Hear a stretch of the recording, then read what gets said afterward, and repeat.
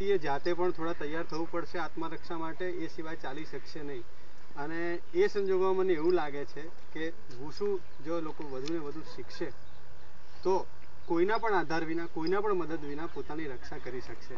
અને આ બાને પોલીસ પર બી કામકાજનું ભારણ ઘટશે અને ક્રાઇમ પણ ઓછો થશે. બરોબર? બે દિલ રોલ. મારું નામ મણિલાલ એ ડાભી છે. હું પોલીસ કોન્સ્ટેબલ તરીકે ફરજ બજાવું છું. હું અત્યારે 6 મહિનાથી માર્શલ આર્ટ ટ્રેનિંગ લઈ રહ્યો છું.